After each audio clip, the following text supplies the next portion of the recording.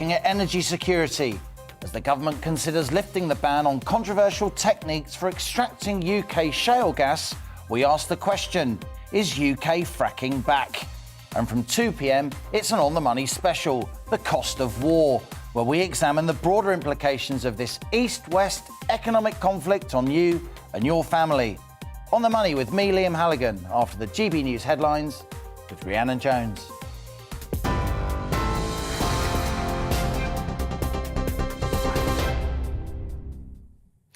Thank you, Liam. It's 1 minute past one. Your top stories from the GB newsroom. President Zelensky says Ukraine has reached a strategic turning point in its war with Russia, but has warned it isn't possible to say how long fighting will continue. Meanwhile, Russian President Vladimir Putin says there's been some progress made in Moscow's talks with Ukraine. The comments come from his meeting with his Belarusian counterpart Alexander Lukashenko. Ukraine's state energy provider says nearly 1 million people are without power and more than 220,000 are without gas in freezing conditions in the wake of the invasion. The UK's Defence Ministry says Russia's likely to reset its forces for a new offensive. That's after satellite pictures appear to show its tanks convoy outside Kiev dispersing. In Dnipro, footage released by Ukraine shows the aftermath of an airstrike at what appears to be the site of a shoe factory. Russian news agencies say their troops have taken out 2 military airfields in the cities of Lutsk and Ivano-Frankivsk. They also claim Russian-backed separatists have captured the city of Volnovaka, the northern gateway to Mariupol.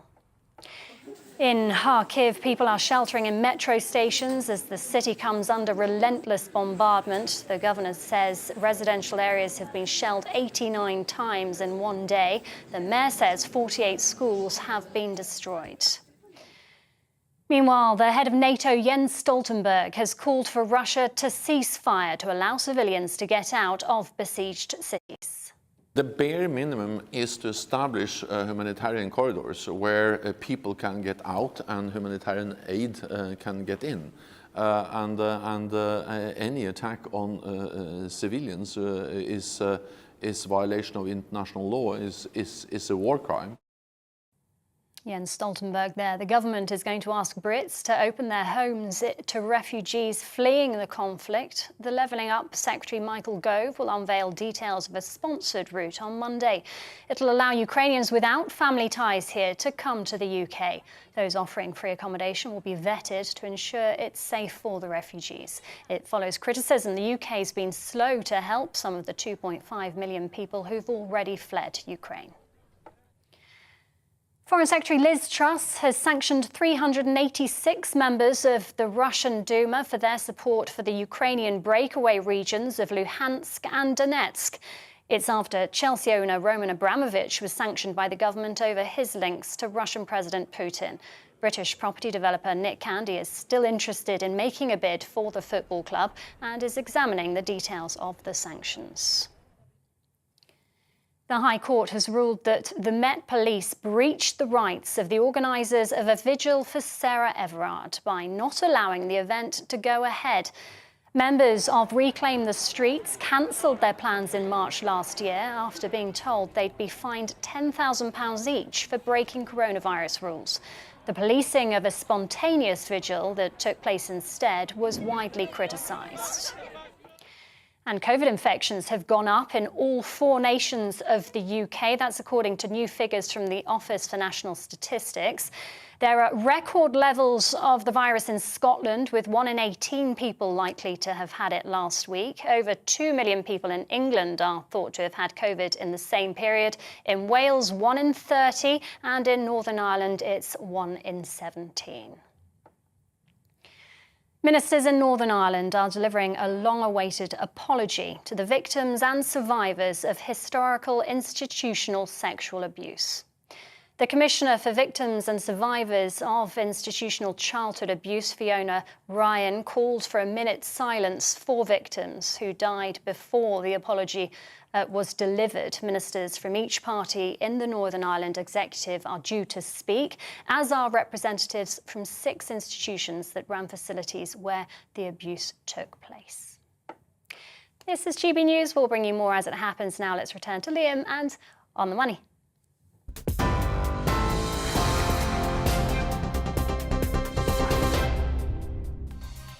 And coming up on the money in the next hour, the government could soon be lifting the ban on controversial techniques for extracting UK shale gas, known as fracking.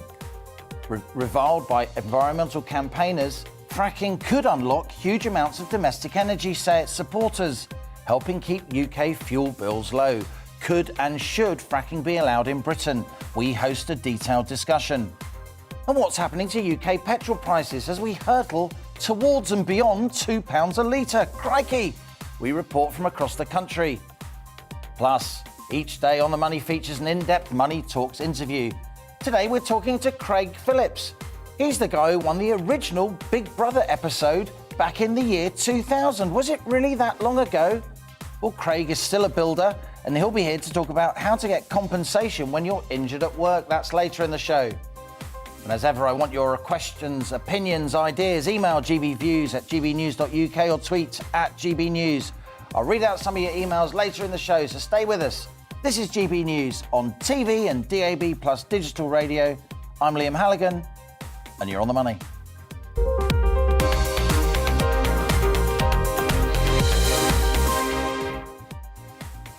Now, Boris Johnson this week described Russia's invasion of Ukraine as, quotes, a moment of great clarity. The Prime Minister's now all too aware of the dangers of West European countries' heavy reliance on Russian oil and gas. As petrol and diesel costs spiral, with utility bills also set to spike, the UK's long-term energy security, usually a subject for academics and other nerdy types, is now at the top of the domestic political agenda. We need alternative sources of energy, a UK government source tells me, that are cheaper, more reliable, and less vulnerable to the whims of a dictator. Well, those alternative energy sources could now well include UK shale gas, extracted using a controversial drilling technique called fracking. Shale wells like the one in Lancashire have been developed on various sites across the UK. But since November, fracking has been banned after Johnson's government imposed a moratorium. Ministers implemented this ban under pressure from environmental campaigners. Fracking involves pumping water and chemicals into tight underground rock formations under huge pressure. Protesters claim that fracking causes serious earth tremors and threatens local water supplies. Fracking enthusiasts deny that, and they point to what they call an anti-fracking campaign backed by a well-funded environmental lobby. And as it happens, the Royal Academy of Engineering and the Royal Society just reviewed the scientific and engineering advice evidence on shale gas, and this is what they said. The risks of fracking can be managed effectively in the UK as long as operational best practices are implemented and enforced through regulation. So given this Russia-Ukraine conflict and the related East-West economic war, could fracking once again be permitted? As it happens, some UK fracking wells were due to be filled with concrete in the very near future. Business Secretary Kwasi Kwarteng was asked about this in the Commons this week, and this is what he said. In conversation with my right honourable friend, the Prime Minister, we were clear it didn't necessarily make any sense to concrete over the wells. We're still in conversations about that. This Russia-Ukraine conflict clearly is a moment of great clarity for all of us, not least when it comes to the astonishing mess successive governments have made, prioritising environmental virtue signalling, some would say, above energy security at every turn, instead of ensuring that the lights actually stay on. North Sea oil and gas, British nuclear energy are all set now to make a big comeback. Will shale gas also be part of the UK's energy mix as it is in the United States? And that's our On the Money question today, as our energy security comes into sharp focus. Is UK fracking back?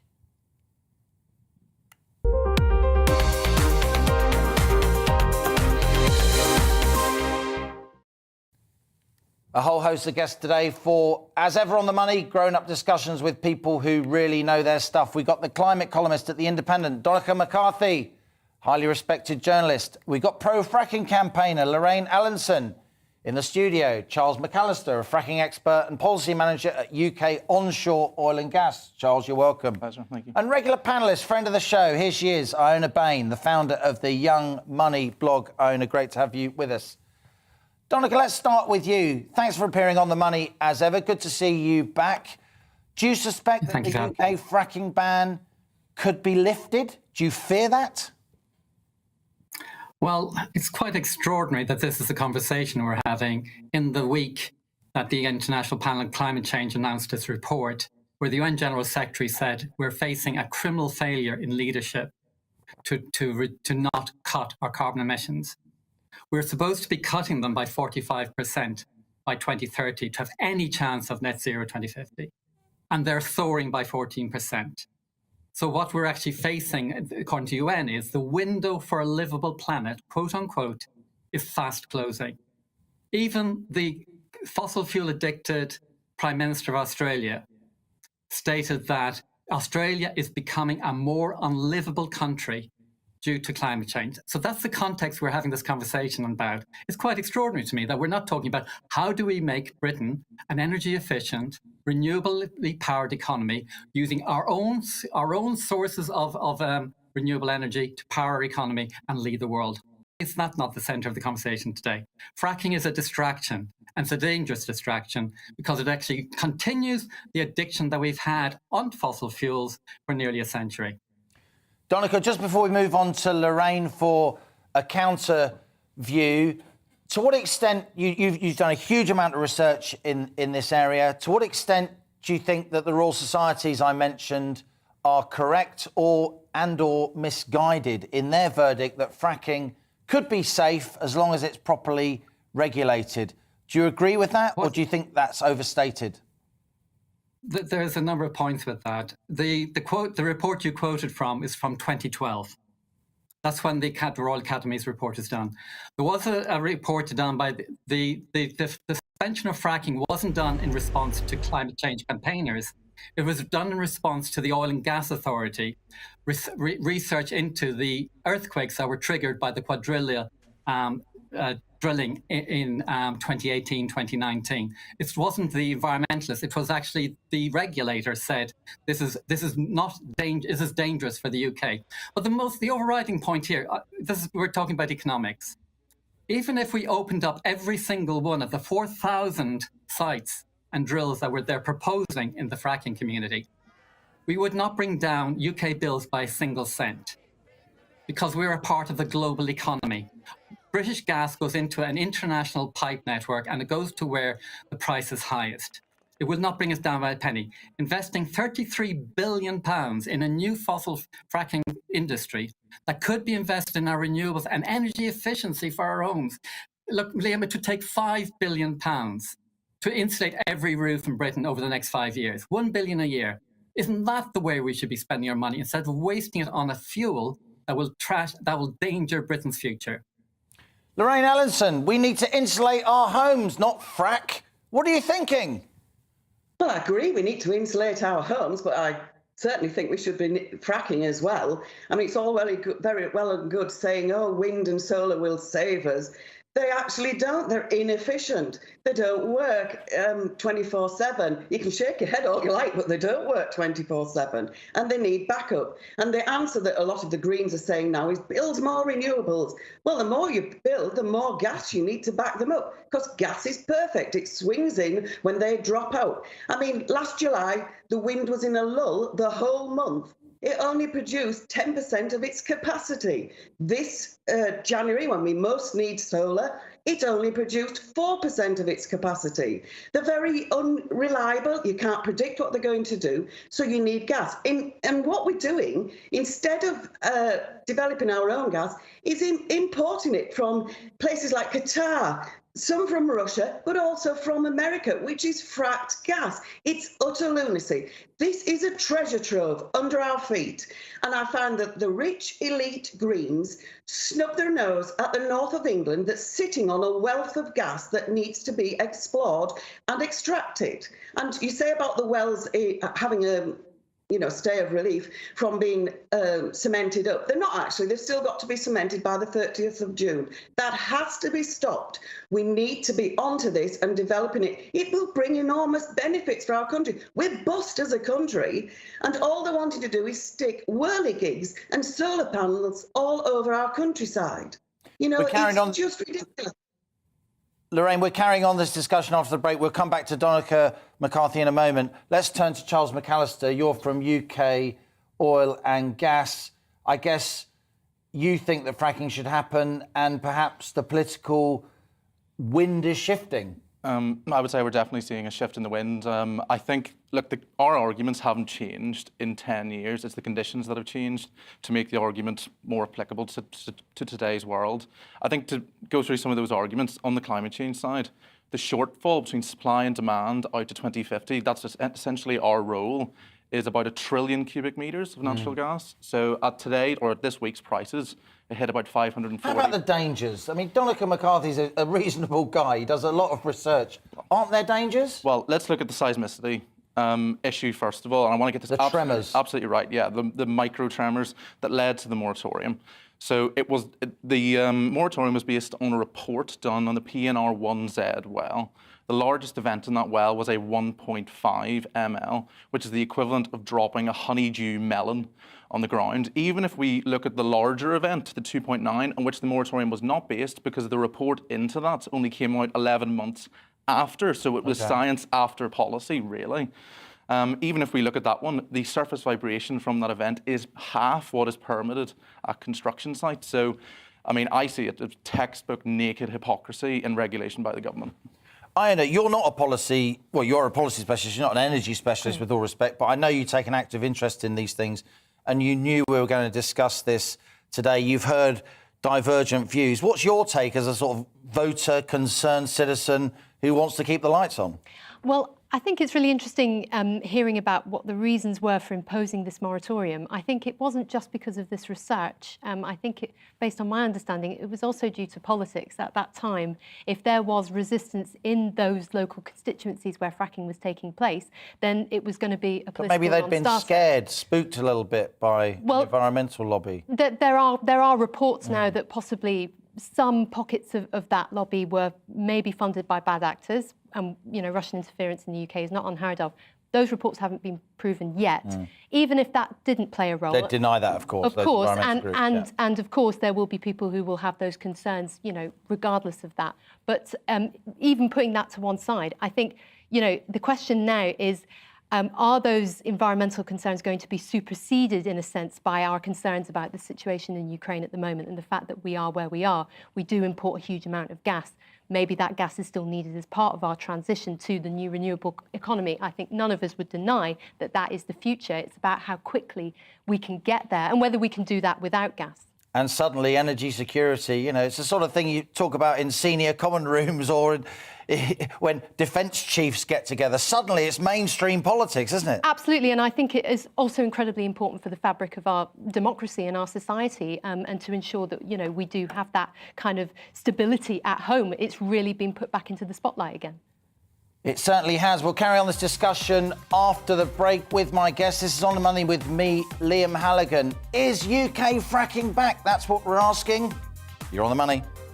We've got a big Saturday for you on GB News. From 6 a.m, it's breakfast with Stephen and Anne. At 10, join Esther and Philip for the Saturday selection. Alistair, Darren and Nana take you through the day. And don't miss Neil Oliver Live at 7 p.m. At 9, it's Mark Dolan Tonight, followed by Headliners. That's Saturday on GB News.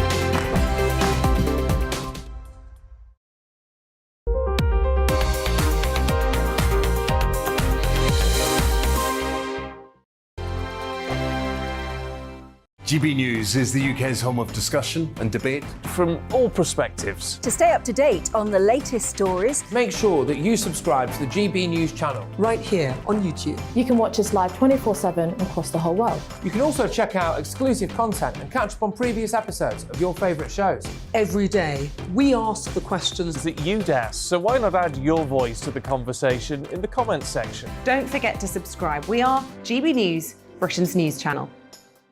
Every night at 11 on GB News, we bring you the next day's stories the day before. It's basically like time travel. If it's a big story, we'll cover it, guaranteed. But we'll also have some fun along the way. Big opinions, big laughs. Sometimes big hair. This is Headliners, the paper review show that won't send you to sleep like the others will. 11 p.m, 7 nights a week. Join us.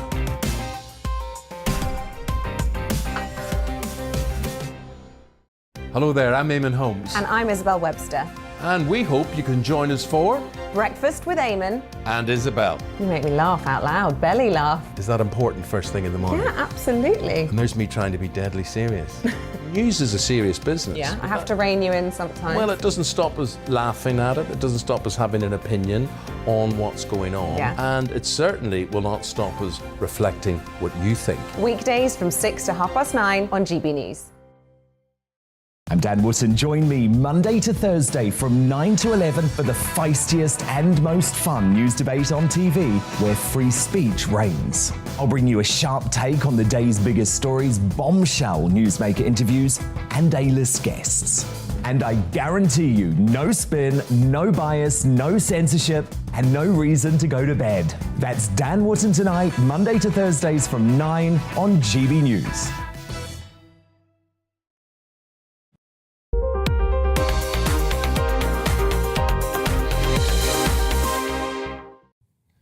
Welcome back. It's 1:22. You're on the money. We are discussing, is UK fracking back as UK energy security comes into sharp focus? It's a moment of clarity, says the Prime Minister. This Russian invasion of Ukraine and East-West energy embargoes and economic sanctions. Before we go back to my guests, I just want to play a clip of an interview that I did back in early February. You may remember it was GB News Northwest Week. We were up in Blackpool, where one of the main fracking wells that was prepared for use is based. A company called Cuadrilla has spent millions of pounds preparing and developing UK fracking sites. And I talked to Francis Egan, who's the CEO of Cuadrilla, and this is what he said. Increase in the wholesale price is a colossal failure in government energy policy. This is a disaster that's been in the making for at least 10 years. I've been in this job trying to persuade the government for 10 years to get on with this, and I've dealt with 10 separate energy ministers in that time frame. The UK and Europe, for that matter, both of whom have taken almost a criminally negligent approach to their energy policy.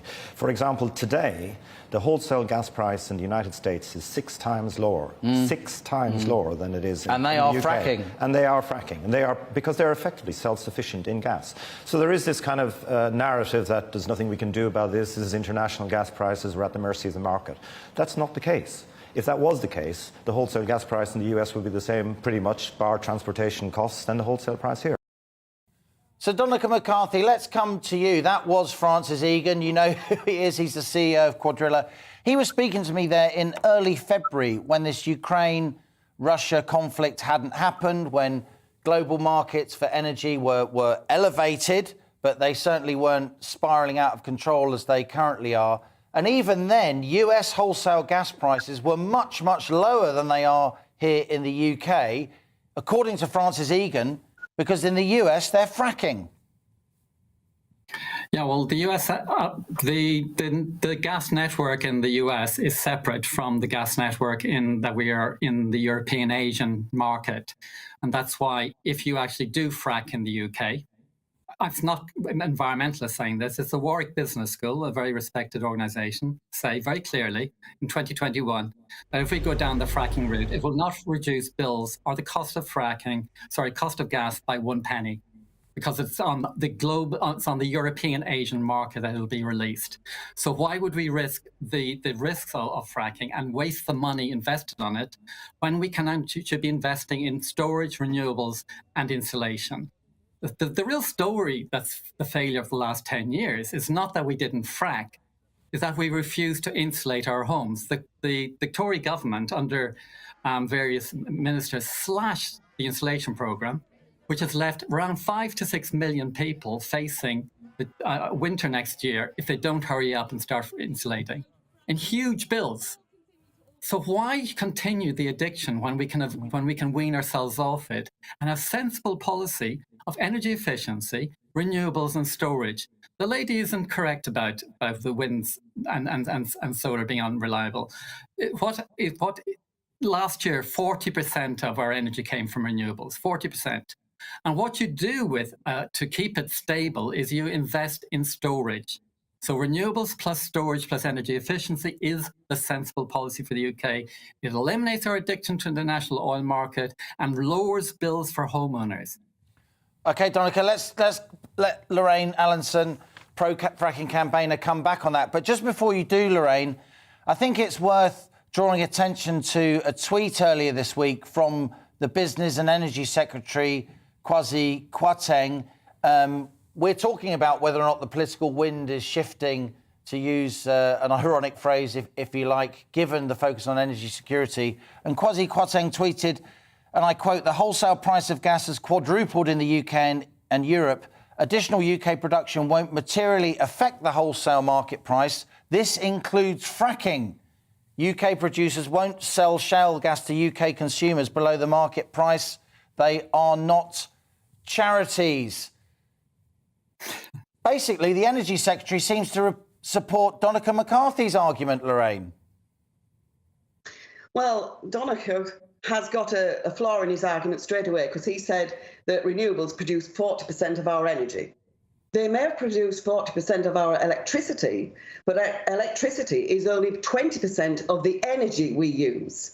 And energy includes your heating of your home, industry, powering vehicles, etc., etc. So he's wrong on that part.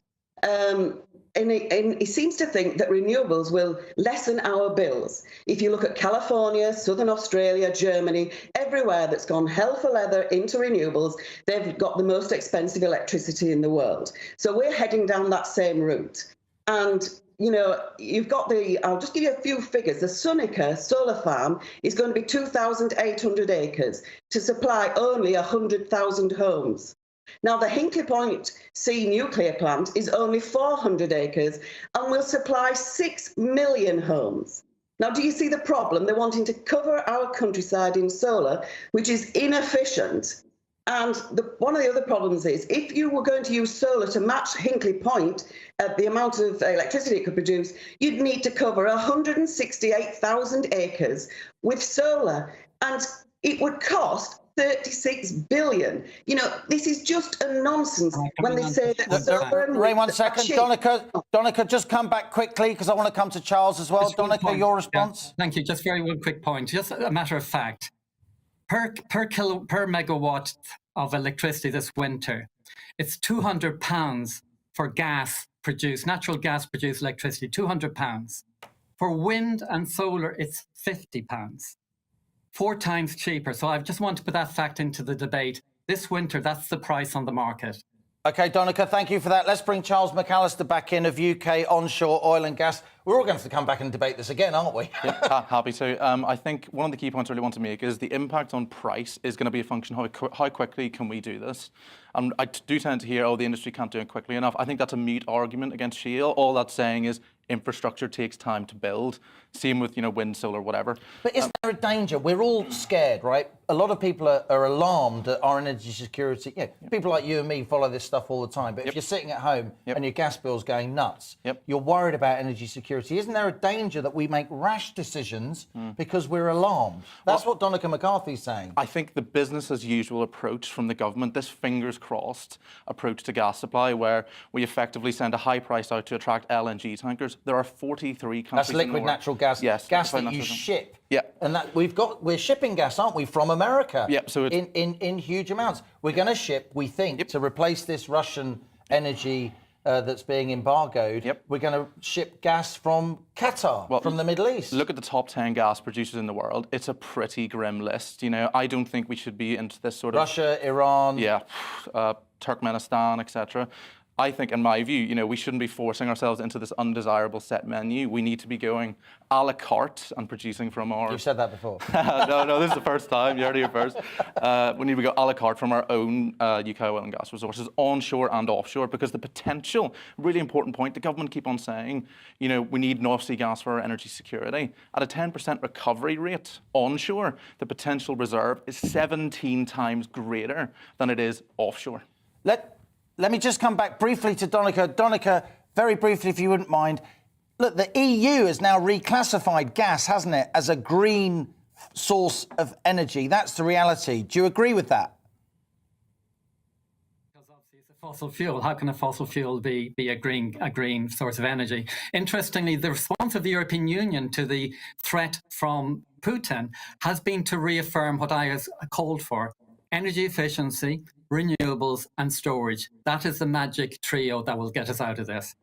Iona, your verdict? I think we're all agreed that we cannot continue with this current policy where we are importing gas that is being fracked in other countries to here. And pretending we're greener than green. Exactly. It's bizarre. We are kind of outsourcing all our kind of, nasty, unclean energy usage to other countries and then pretending that we're whiter than white. We cannot possibly continue with that.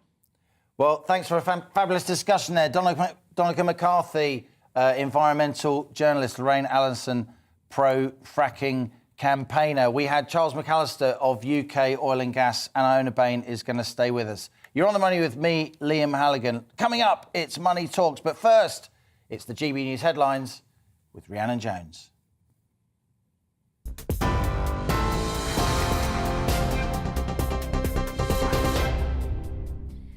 Thank you, Liam. It's 1:32. Here are your top stories from the GB newsroom. President Zelensky says Ukraine has reached a strategic turning point in its war with Russia, but has warned it isn't possible to say how long fighting will continue. Meanwhile, Russian President Vladimir Putin says there's been some progress in Moscow's talks with Ukraine. The comments come from his meeting with his Belarusian counterpart, Alexander Lukashenko. The UK's Defence Ministry says Russia is likely to reset its forces for a new offensive, as satellite pictures appear to show its tank convoy outside Kiev dispersing. Russian news agencies say their troops have taken out 2 military airfields in the cities of Lutsk and Ivano-Frankivsk. They also claim Russian-backed separatists have captured the city of Volnovakha, the northern gateway to Mariupol. In Kharkiv, people are sheltering in metro stations as the city comes under relentless bombardment. The governor says residential areas have been shelled 89 times in one day. The mayor says 48 schools have been destroyed. Back here, the government is going to ask Brits to open their homes to refugees fleeing the conflict. The Levelling Up Secretary Michael Gove will unveil details of a sponsored route on Monday. It'll allow Ukrainians without family ties here to come to the UK. Anthony Russell, who murdered a mother, her son and a pregnant woman over 6 days in 2020, has been sentenced to a whole life order. Russell will never be eligible to apply to the parole board for release. And UK economic growth bounced back in January as the effects of the Omicron variant began to ease. The Office for National Statistics says GDP grew by 0.8% over pre-pandemic levels. Experts, though, have warned the economy isn't out of the woods yet, with an inflation shock on its way. TV online and DAB Plus radio, this is GB News. It's back to Liam and On the Money in just a moment.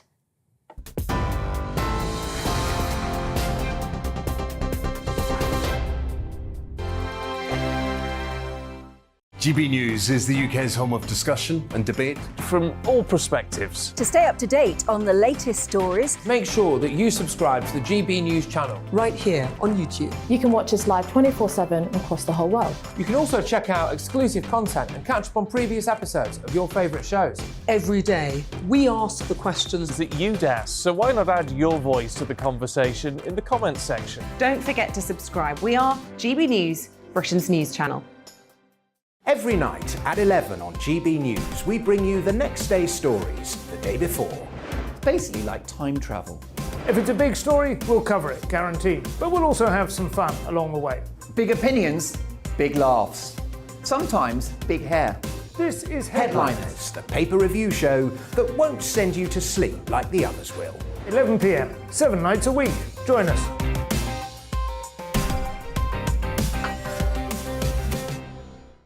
Hello there, I'm Eamon Holmes. And I'm Isabel Webster.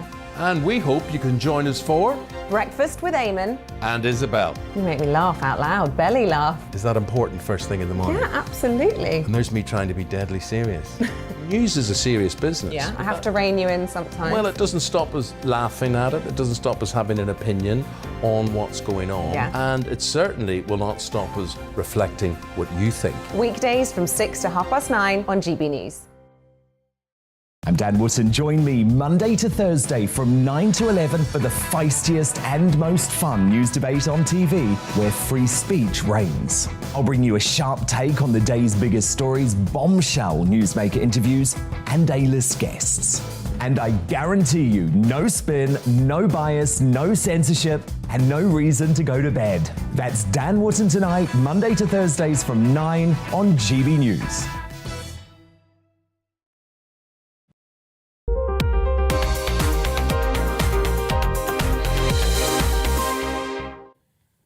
Welcome back, you're on the money. Now, with the cost of petrol and diesel soaring to nearly £2 a litre and even above that in some parts of the country, will fuel prices for motorists go higher still? We sent two of our intrepid reporters to investigate pump price differences between north and south. First, let's go over to Ellie Costello in Hertfordshire. Ellie, what's the latest on those pump prices? Well, Liam, you're certainly going to be feeling the pinch at the pump if you are filling up your car in the next few days, that's for sure. As you just touched on there, I was in Chelsea yesterday. That's where the most expensive petrol pump in the country is. £2.18 they were charging per litre there. This morning, I was just off the M4. They were charging £1.89 per litre.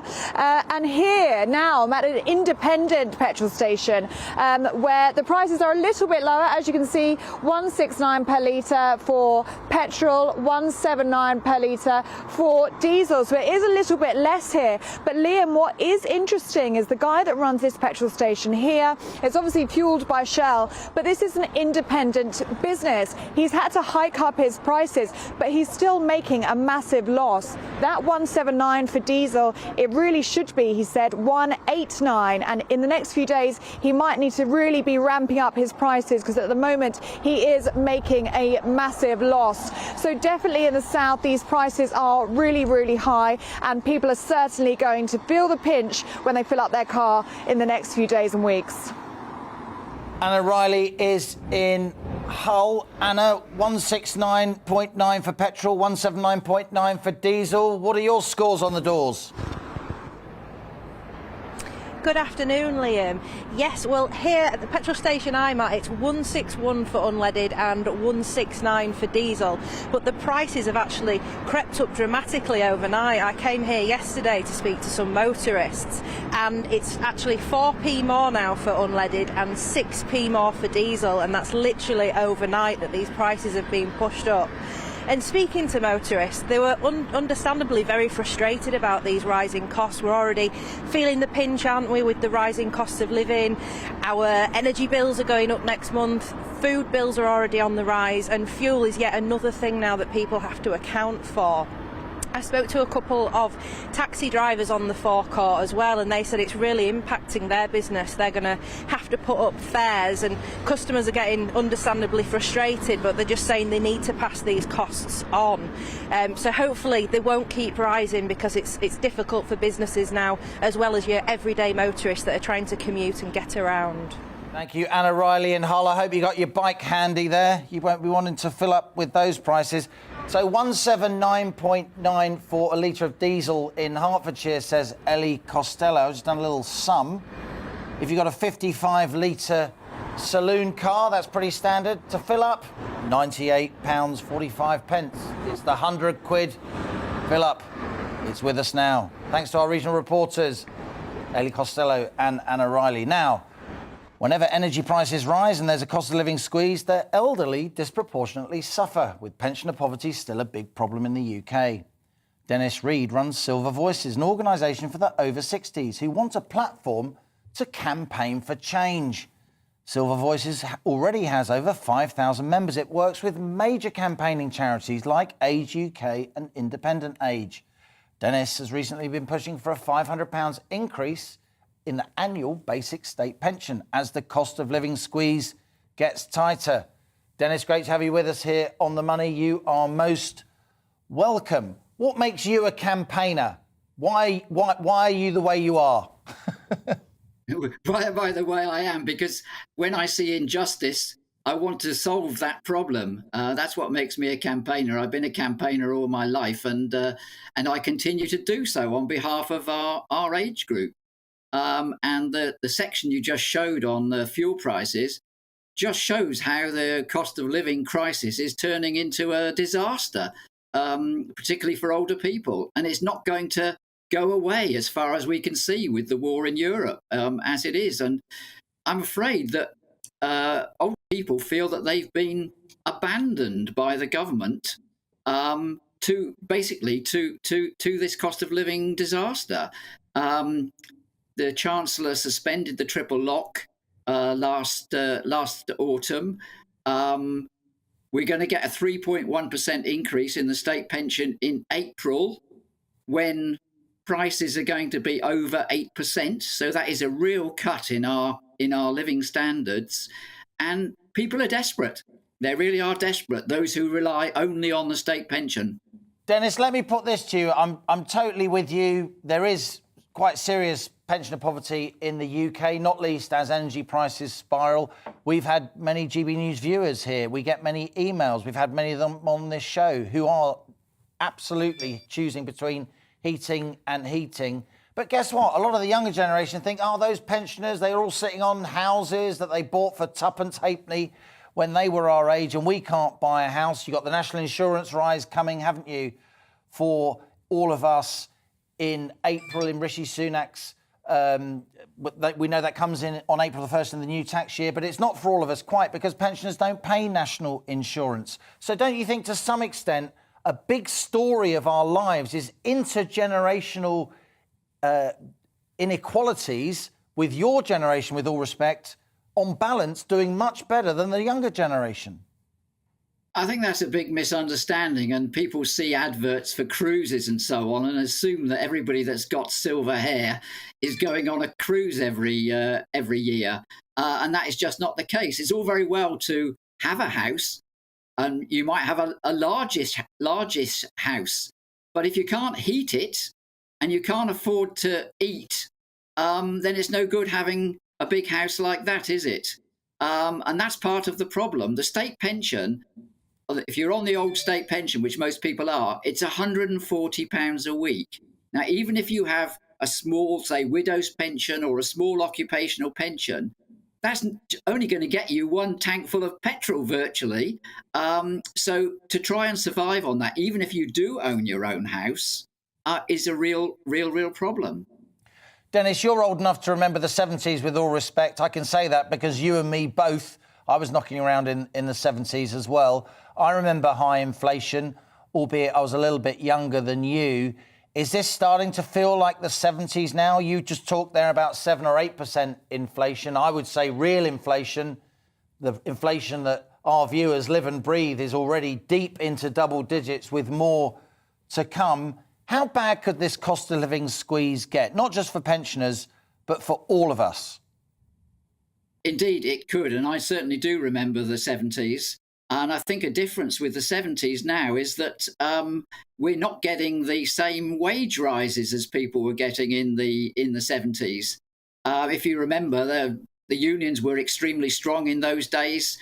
There were lots of increases, big wage increases to match inflation. Hardly anybody's getting a wage increase now to match inflation. And certainly our own state pension is not going to match the rate of inflation either. And one other aspect of inflation is that it completely eats away at savings. And a lot of our members are very much reliant on eking out their savings to supplement the poor state pension.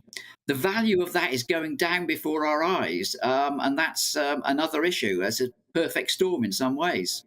Final question, Dennis, if I may. It's a bit of a difficult one to frame, but I'll try. A lot of your generation are very patriotic. They will be absolutely backing the Prime Minister in terms of putting sanctions on Russia and so on. But of course, the longer this cost of living squeeze goes on, the tighter it gets, the harder it's going to be for us to maintain Western sanctions, isn't it? What do you think is the appetite of the British public for that, given that we were already in a cost of living squeeze before Putin made his move? Well, a few of our members fought for democracy in the Second World War, and certainly my generation. I'm in my early 70s. My generation just about remember rationing after the Second World War. So we know what it's like to make a sacrifice for democracy. But the difference now is that we don't feel that everybody is making the same contribution. I mean, politicians have just voted for themselves a £2,200 increase in their allowances, coming into being in April. At the same time, these politicians suspended our triple lock. So there isn't a feeling, as there was in the aftermath of the Second World War, that everybody was in it together. That doesn't appear to be the case now. Dennis Reed of Silver Voices, you finished the interview like the campaigner that you are. Great to have you on the show and look forward to having you back on the money as your campaigns get going. Time now for my daily interview series, Money Talks, and I'm joined by the legend, that is Craig Phillips, a legend if you're my age. He's a TV personality and a builder. He won the first ever Big Brother reality TV series back in the year 2000, and I remember it, Craig and Anna and Nasty Nick. After that, he quit the building game for a while because he broke his jaw while Thai boxing, as you do. Being self-employed, that meant Craig got no earnings for more than a month. A new research suggests that 6 in 10 of us, 60%, go to work when we are ill or injured, given fears over our own financial security. Well, Iona Bain is still with us, offering her advice on employee rights when you're sick or injured. And she's joined by Big Brother building legend Craig Phillips, my latest guest on Money Talks.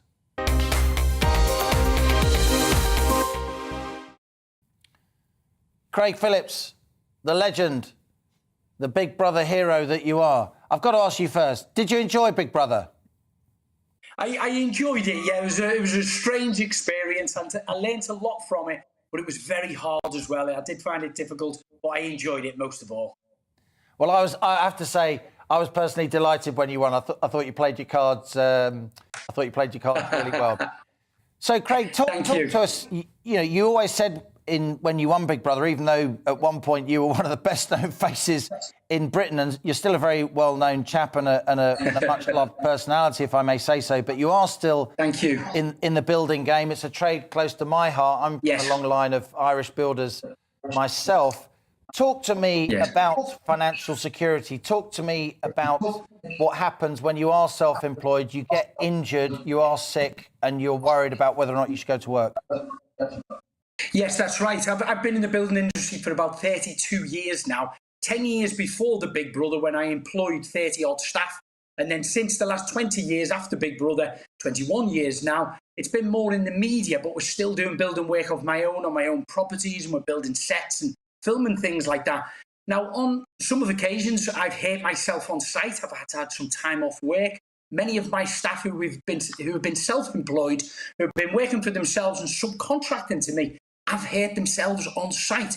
Now, I'm quite a stickler when it comes to insurance. I have all my insurance for public liability, employer's liability, building sets, taking it left, right and centre. I've got mortgages that we're covered. So if I've got a critical injury, and that's fine, I'm kind of covered from that long-term one, or death. However, what I experienced recently was when you have just, let's say, an illness that could take you out of work for 1 month, 2 months, 3 months, or an injury, not a major injury, but just one where it puts you on your back and you can't go to work for another month or two. I found I wasn't insured for that. So I wasn't getting any sort of income to protect my outgoings. Now, whatever anybody's outgoings are, from your mortgages, your rent, it could be your rates, council tax, your phone fees, all of a sudden, you've got to question yourself. If you were off work for 1 month, 2 months, not critical injury, would you be able to keep up your payments? And what the recent survey from Nationwide Building Society came out with was quite frightening. The figures, over 30% of people wouldn't have been able to last for 1 single month, without falling short from their direct debits, paying for them. I think 50% of them may have been able to last up to about 3 or 4 months, I think it was. So when these figures come through to me, I found them quite alarming, and it really made me just look closer at my, finances, how well I am insured and how well are we covered as a family, and all of our outgoings. Craig makes some interesting points, doesn't he, Iona? Many of us in the UK haven't got many savings, but more and more of us, not only in construction, but many other activities, whether hospitality or tech, we're self-employed, it's a gig economy, we're on short-term contracts. It's almost as if the kind of framework of sick pay and critical injury cover is falling away. It's a really good point, Liam. I mean, there are so many people out there who wouldn't qualify for sick pay. I'm self-employed, you know, I would have to rely on my own savings, or if I had the foresight to take out an income protection policy, that could kick in if I was sick over the long term. And there are lots of other people, you know, those who earn less than £120 a week, they don't get sick pay. If you're on a part-time or a 0 hours contract, you're not covered. So, you know, £96.35 a week, that's statutory sick pay in the UK. Now, a lot of people... You wouldn't get a tank of gas, well, as we just proved. Indeed, indeed. Certainly not in Hertfordshire. Well, exactly, yeah. And so really you have to think about what would happen if I did fall ill and I didn't just snap back and recover in a few weeks' time. Because whilst sick pay does last 28 weeks, what happens if you're ill for longer than that? And we all know people who've had to take time off work for extended periods through no fault of their own. You know, life happens, we can, you know, we can get back pain, we can get depression, we can get all sorts of things that just mean that we cannot work. So we do have to think not only about our savings, but about that long-term product that would cover our income, or at least most of our income, because, you know, that's putting a lot of pressure on our savings too, to cover all our outgoings over the long term. You know, I'd really struggle to do that on my savings alone. Craig, let's come back to you. People in the building industry around property, they're famously good, in my experience, of sort of having a feel for where the economy's going. Construction, it's like a kind of bellwether indicator, isn't it? These are tough economic times. There are lots of price pressures in the supply chain. In the context of this whole question of employment security and sick pay, what's your sense of where the economy's going? It's a difficult one, really. You know, the economy does rely a lot on the building industry. I think a lot of things have been hit hard, obviously, with COVID and the delays. So all industries, you know, from companies that I'm buying materials from, they're playing a lot of catch up. So they've been, the production level has been very slow. Therefore, the companies, I think, are having to put their prices up to try and cover themselves even sometimes, you know, and keep a little bit more money in for the future. Craig Phillips, absolutely fabulous to talk to you. Thanks for joining us on Money Talks. Iona, just last brief word from you. Where do you think the economy's going? We've talked all week on the money. I do apologise to viewers and listeners if they feel we've been a bit gloomy, but we have to report the news as it is. We have to issue concerns where we see those concerns and hear those concerns from laudable people. But we've just had a pretty decent growth number come out. We heard it on the news bulletins, didn't we? Is there any chink of light? The only chink of light for me is that we are coming into the warmer months, so we're going to be using less energy. So that should ease the pressure. But then we have to think about the autumn when the weather will get colder, therefore we will need to use more energy. And also, possibly now, if we do get into a recession later in the year, those rate rises from the Bank of England might not go ahead after all, because the central banks may well think, well, this is not the right time to be making debt and borrowing more expensive. So if you have a mortgage, you know, you may not be facing those scary rate rises that were predicted before. And we've got a Bank of England meeting next week, so we'll see. We'll be keeping our eyes on that. We'll be on the money, so to speak. You've been sending in lots of emails throughout the show today. Thanks, as ever, for getting in touch with us. gbviews@gbnews.uk. Joanna says, while I totally support natural gas extraction from the North Sea, I do not agree with fracking. The reason being that I think fracking creates a weak point in the Earth's crust. Now, while this in itself does not cause earthquakes, any seismic pressure does transfer to the weak points. And on that pensions debate, Robert emailed to say, I do not own my own home and my rental price is astronomical. My low pension doesn't help. Keep your emails coming and tell me what you want to be discussed on the show. That's all we've got time for today here on The Money. But luckily for you, it's a 2-hour double whammy. So stay tuned for my special programme, Ukraine, the Cost of War. We'll see you after the break. Stay with us. Hi, this is Mark with your latest forecast, and it's looking like a rather changeable day across the UK on Friday. We're going to see rain spreading its way northwards, sunshine and showers following on from the south, and it will be a rather windy day as well. Now, those strong winds are being brought around by some fairly tightly backed isobars across the UK through the day, and this cold front here, that's what's bringing the heavier, more persistent rain northwards across the country. So we pick up on that rain then lying across many central parts of the country by around lunchtime on Friday. To the north of it, across Scotland, northeast England, mainly dry here with some brightness, and to the south of it, sunnier skies will follow, but there will be a scattering of showers, and some of these could be on the heavy side. A windier day generally, like I said, particularly across coastal areas where we could see some local gales, but despite that, a mild day as well, with temperatures generally ranging from 8 degrees in the north to 12 or 13 degrees there, further towards the south. Now, through the rest of Friday into the evening and overnight, that heavier, more persistent rain will continue to track its way northwards, so turning quite wet across much of Scotland, and behind it, staying largely cloudy with some further showery outbreaks of rain through the night. Now, winds will tend to be lighter overnight compared to Friday day, and that could lead to 1 or 2 fog patches for Northern Ireland, but generally not a cold night anywhere, with temperatures not falling below 4 to 8 degrees Celsius. So we get off to a rather cloudy start on Saturday morning, a bit of a disappointing start to the weekend with still some further showery outbreaks of rain, particularly across northern areas, but gradually through the day I think fewer showers developing across many parts of England and Wales, with more in the way of brighter, sunnier skies for many areas. And winds will be lighter as well, so in that sunshine I think it will feel quite warm, quite spring-like, with temperatures reaching 12 or 13 degrees there, cooler for further towards the north. Now, all eyes to the west though later on in the day as we see heavier, more persistent rain once again spreading in from the Atlantic, and some strong winds tied in with this as well, wrapped around an area of low pressure. So we could see quite widely coastal gales across many western parts. That's definitely one to keep an eye on. Further towards the east though, drier with lighter winds here. Staying unsettled into Sunday with a mixture of sunshine and showers, quite windy like I said, but gradually turning drier and brighter into the early part of next week. We've got a big Saturday for you on GB News. At 10, join Esther and Philip for the Saturday selection. Alistair, Darren and Nana take you through the day. And don't miss Neil Oliver Live at 7 p.m. At 9, it's Mark Dolan Tonight, followed by Headliners. That's Saturday on GB News.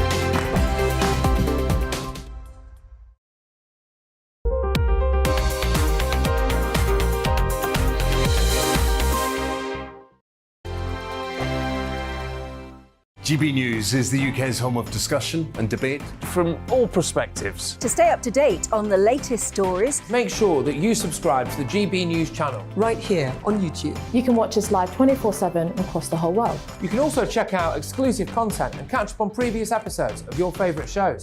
Every day, we ask the questions that you'd ask, so why not add your voice to the conversation in the comments section? Don't forget to subscribe. We are GB News, Britain's news channel. Every night at 11 on GB News, we bring you the next day's stories the day before. It's basically like time travel. If it's a big story, we'll cover it, guaranteed. But we'll also have some fun along the way. Big opinions, big laughs. Sometimes big hair. This is Headliners, the paper review show that won't send you to sleep like the others will. 11 p.m, 7 nights a week. Join us.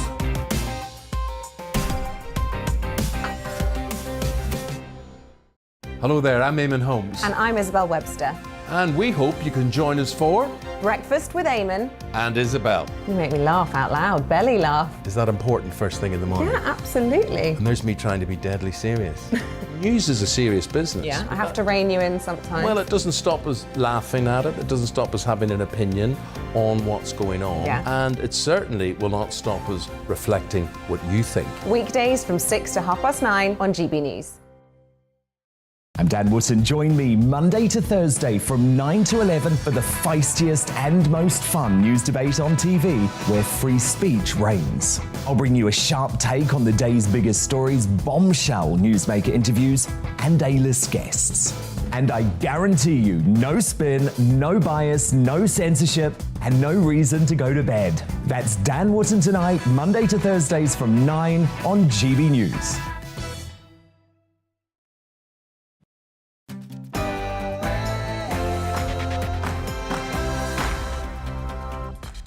It's 2 o'clock. Welcome to a GB News On the Money special. Ukraine, the cost of war.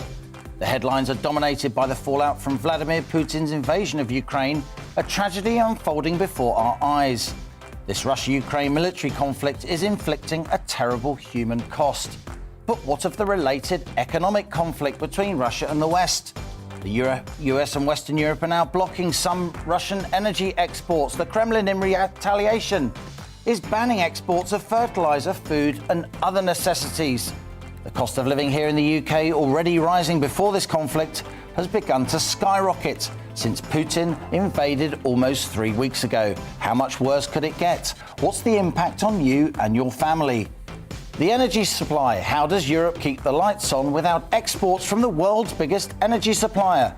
Economic sanctions. Limits on Russian trade and finance are designed to hit the Kremlin hard. But what of the impact on us? With the cost of living spiralling before this invasion, how will ongoing economic conflict impact you and your loved ones?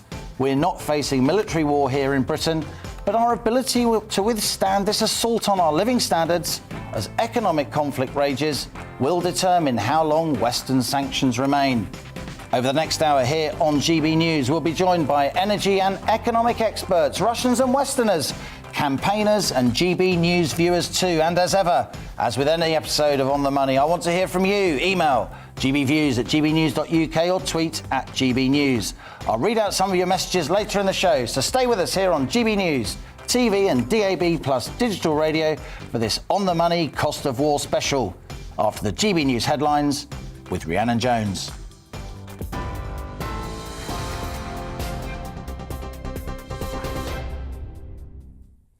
Thank you, Liam. It's 2 minutes past 2. Your top stories from the GB newsroom.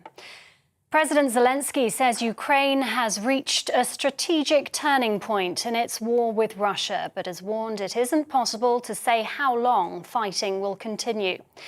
Meanwhile, Russian President Vladimir Putin says there's been some progress made in Moscow's talks with Ukraine. The comments come from his meeting with his Belarusian counterpart, Alexander Lukashenko. Ukraine's state energy provider says nearly 1 million people are without power and more than 220,000 are without gas in freezing conditions in the wake of the invasion. The UK's Defence Ministry says Russia's likely to reset its forces for a new offensive. That's after satellite pictures appear to show its tanks convoy outside Kiev dispersing. In Dnipro, footage released by Ukraine shows the aftermath of an airstrike at what appears to be the site of a shoe factory. Russian news agencies say their troops have taken out 2 military airfields in the cities of Lutsk and Ivano-Frankivsk. They also claim Russian-backed separatists have captured the city of Volnovka, the northern gateway to Mariupol. In Kharkiv, people are sheltering in metro stations as the city comes under relentless bombardment. The governor says residential areas have been shelled 89 times in one day. The mayor says 48 schools have been destroyed. Meanwhile, the head of NATO, Jens Stoltenberg, has called for Russia to cease fire to allow civilians to get out of besieged cities. The bare minimum is to establish humanitarian corridors where people can get out and humanitarian aid can get in. Any attack on civilians is violation of international law, is a war crime. Jens Stoltenberg there. Foreign Secretary Liz Truss has sanctioned 386 members of the Russian Duma for their support for the Ukrainian breakaway regions of Luhansk and Donetsk. It's after Chelsea owner Roman Abramovich was sanctioned by the government yesterday over his links to Russian President Putin. British property developer Nick Candy is still interested in making a bid for the football club and is examining the details of the sanctions. The Chancellor Rishi Sunak says the Russian invasion is causing economic uncertainty. That's despite UK economic growth bouncing back in January as the effects of the Omicron variant began to ease. The Office for National Statistics says GDP grew by 0.8% above pre-pandemic levels. Experts, though, have warned the economy isn't out of the woods with an inflation shock on its way. Anthony Russell, who murdered a mother, her son and a pregnant woman over 6 days in 2020, has been sentenced to a whole life order. The judge at Warwick Crown Court ruled that Russell was exceptionally dangerous and manipulative. Russell will never be eligible to apply to the parole board for release. The High Court has ruled that the Met Police breached the rights of the organisers of a vigil for Sarah Everard by not allowing the event to go ahead. Members of Reclaim the Streets cancelled their plans in March last year after being told they'd be fined £10,000 each for breaking coronavirus rules. The policing of a spontaneous vigil that took place instead was widely criticised. This is GB News. We'll bring you more as it happens. Now it's back to Liam's On the Money special, Ukraine, the cost of war.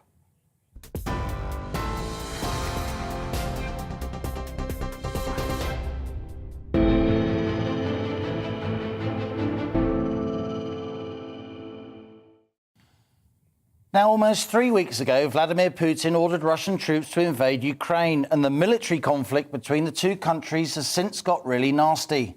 Western armed forces aren't giving Ukraine direct military support, but the UK, US and others have imposed hard-hitting sanctions, stiff restrictions on Russian trade and finance. And that sparked an economic war between Russia and the West, which impacts you and your family. Russia provides around 40% of the natural gas used across Western Europe, while pumping 10% of the world's entire supply of oil. Whether we like it or not, Putin runs an energy superpower. And that's why this conflict has seen oil prices on global markets rise from around $70 a barrel back in December to almost $140 a barrel this week. Gas has similarly spiraled from just 16 euros on European markets a megawatt hour to 335 euros over recent days. That's an astonishing 21-fold rise. The military and humanitarian aspects of this Russia-Ukraine conflict are, of course, by far the greatest and most tragic costs. But living standards here in Britain matter too. After all, the more the cost of living is squeezed across the Western world, the tougher to maintain Western sanctions. The UK's still significant North Sea oil output does make us less dependent on Russian oil and gas than EU nations like, say, Germany. But we still buy energy on global markets, so spiralling prices impact UK firms and households as much as anyone. Already, petrol's climbed from an average of £1.47 a litre before Russia's invasion to around £1.60 a litre now. Diesel's soared even more, with prices in some areas now pushing £2 a litre or higher. More expensive gas means paying more for heating and electricity. Even before this conflict, the Ofgem energy regulator raised the average annual utility bill almost £700, from around £1,300 to almost £2,000 a year starting from next month. War-related turbulence on global markets means energy insiders now warn average bills could hit an astonishing £3 a year, £3,000 a year, when the price cap is reviewed again this coming October. In a bid to hit Moscow's finance, US lawmakers have banned energy imports from Russia, with Britain and the EU to some extent following suit. Over the last week, that sent energy prices even higher, with Russia warning oil could hit $300 a barrel, more than double even today's elevated prices. The Kremlin's also threatening to close the 1,200-kilometre Nord Stream pipeline, which since 2011 has pumped Russian gas to Germany, cutting a significant share of Western Europe's supply. Even during the Cold War, Moscow didn't block gas exports to the West. For decades, gas pipelines from the Soviet Union ran west, supplying not just what were then satellite states like Poland, but Western Europe too. But since the Soviet Union collapsed, Moscow's been quietly reducing Russia's dependence on Western markets. In 2010, Putin opened a 3,000-mile East Siberia Pacific Ocean, or ESPO pipeline, allowing Russian oil to be sold in huge quantities to China and other fast-growing Asian markets. And since 2019, the Power of Siberia pipeline, built alongside ESPO, has been delivering gas to China as well. As relations with the West have soured over recent years, Putin has performed a so-called pivot to China. Western Europe currently uses 541 billion cubic metres of gas a year, more than China's 331 billion cubic metres. But Chinese gas use is set to reach 526 billion cubic metres by 2030, as Beijing cuts use of coal, replacing Western Europe as a major market for Russian gas. And just before Putin invaded Ukraine, Moscow and Beijing agreed a second pipeline, Power of Siberia 2, crossing Mongolia, pumping Russian gas to power-hungry industrial regions near Beijing. History notes that when the Soviet Union invaded Afghanistan in late 1979, Western inflation was soaring as oil price spiked after the Iranian Revolution. Has the Kremlin made a similar calculation today? Invading Ukraine was always going to spark outrage and Western sanctions. So did Putin choose a moment when US and UK inflation was already at a 30-year high? It's tougher to enforce sanctions after all, when Western voters are already enduring a cost of living crisis, which then gets even worse. Russia exports not just energy, but wheat, fertilizer, industrial metals, a host of other necessities in abundance. This is a commodity superpower. These unprecedented Western sanctions will harm Russia, but they'll also seriously impact our living standards too. The cost of war to those hit by military conflict is measured in lives and tragic humanitarian fallout. But the economic cost to Western firms and families is of major significance, and our ability to bear these costs will determine how long we retain Western sanctions. Joining me now from Berlin to discuss all these huge issues, Ben Harris, Editor-in-Chief of Business New Europe. Fabulous to have you on the show, Ben. In the studio, we have Malcolm Grimston, who is Senior Research Fellow at the Centre for Energy Policy and Technology at Imperial College. We have Valery Morozov, a Soviet-era Kremlin advisor. Очень приятно. Nice to see you. And we also have Max King, a friend of the show, a columnist at Money Week, and indeed a former fund manager, a very highly experienced financial professional in emerging markets. Ben Harris, let's go to you. We're old friends, I should put that on the table, but you are an extremely well-known Western journalist. You've been knocking around the post-communist world since the early 90s. You've lived in Russia for many, many years. You're joining us from Berlin now.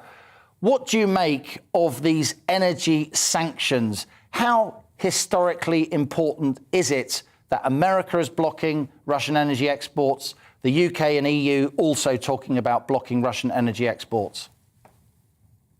The possibility of the West to block the exports, at this point, it's rather just a gesture, in so much as America is not very dependent on Russian oil at all. It makes up a very small part of its imports. And moreover, it has the opportunity to get oil from elsewhere pretty easily. It can change them. Secondly, because one country, America, blocks a small amount of oil, is not really going to impact the Russian business or economy very much. We're talking about $10 billion that they're going to lose. And that oil can very easily be sent somewhere else. So they won't even lose that money. It's just, as I say, a gesture. However, the symbolism of it is extremely potent, and that's already having an effect, in so much as if the oil is sanctioned, then other companies, other buyers, they've all suddenly become very reluctant to do business with Russia. And this is already affecting the business, in so much as the financial sanctions mean that banks are no longer providing letters of credit, no longer providing the finance, the ability for people to pay this oil. And even the Chinese banks, which are normally Russia's friends, are stopped providing letters of credit. And so this is actually going to have a very serious knock-on effect for Russia's economy, in so much as the liquidity that they should be getting, all the extra money they should be getting from these record high prices, is actually starting already to be quite hard to tap. And for Europe, that's a bigger problem. You said in your piece that one of the threats the danger here is not just that we block the sale of Russian oil, is that the Russians themselves stop sending gas in particular. Because, as you pointed out in your intro, that Germany in particular is extremely dependent on Russian gas, and it can't replace it. And if Russia went the full Monty, if it really goes to extremes and comes back with counter-sanctions, which they're talking about now, although we don't know the details, and they were to cut gas to Germany, that would plunge Europe into a massive energy crisis. Compared to last year, this crisis would be an order of magnitude more serious. Ben Harris, hold it there. Malcolm Grimston, you are a long-standing energy analyst. I'm pretty surprised that we're now talking about sanctioning energy, that America is sanctioning energy. Are you surprised? Yeah, I mean, again, the point with the UK is not dissimilar from America. We are relatively not dependent on Russian gas and Russian oil. You've still got to buy it on global markets. But indeed, yeah, the cost of oil in Europe, our main supplier, who is Norway, will be able to send its gas elsewhere if prices do shoot up. So from a cost point of view, we're stuck in this position. The world will gradually respond to this as it responded to the great oil shocks of the 1970s. We're seeing Germany reviving some of its coal stations, which it was intending to close and keep them open. It could, if it took the stretch, do the same with its nuclear plants that haven't closed yet, although it says it's not going to. And we'll see, undoubtedly, further investment in renewables. But these things take time. We're going to come on to the cost of living implications for viewers and listeners. Let's just stay with the geopolitics, the big picture. Valery Morozov, I showed a map there of Russia tacking east, the pivot east, the pipelines, 3,000-kilometre pipelines with more 3,000-kilometre pipelines to come. Putin's serious about giving himself an option of selling oil and gas to China, which, after all, is where the growth is. No, I would like to stress 2 points. First is that actually Kremlin or Putin or Russia has already alternative, including China. And the export only to China last month has been increased 30%. Wow. And Putin signed an agreement with China to supply oil at a price, I don't know exactly, but I think it is about $80 per barrel, 100 million tons in 10 years. And they did that deal in early February, didn't they? Just a couple of weeks before the invasion. When Putin came to Olympic Games. Yeah. So, yes. And they made an alliance different from what you have in NATO in the West and all these things, but different. It is, the alliance of civilization. I put it like this. Different at a separate subject. But the most important thing what you should take into consideration, one, is that Putin, yesterday, I think, he announced and he said that Russia is now supplying everything according to the contracts, and Russia will be supplying. What does it mean? So it will carry on its exports to China and to the West. And to the West. As it did during Soviet And also, days. if you read carefully the decisions of the United States, there is nothing to block Russian export. It is to block Russian export in which way? That Russia in such a way, but Russia has opportunity to sell it, say, for example, the same oil to China, China to Singapore, and Singapore... So they can round trip, as we say. And it is so there's lots of chest beating, lots of rhetoric, lots of grandstanding, as we say in English, but the oil and gas is still getting through. Let me bring in Max King. Max, you are a man of financial markets. You watch the markets very, very closely. Valery Morozov may well be right. He's a very well-informed guy, but the markets are still scared, aren't they? And that's why we're seeing oil up almost at $140 a barrel earlier this week, though it's come off slightly in recent days. Well, Russia can orientate more towards China, but it can't orientate all its production eastwards towards China. Ultimately, it's going to have to send its gas and oil westwards. And guess where most of those pipelines go through? Ukraine. And still, I think despite the defeatism of the British media, I think probably led by the BBC, I think it's apparent it's only a matter of time before Russia is defeated, and Russia will have to pay reparations, in which case Ukraine will be in a very, very strong position to extract higher prices. So I don't think it's a good outlook for Russia, and I think that the reality is that markets are taking this relatively well, and that's why the oil price is not up higher, where markets haven't taken a worse fright.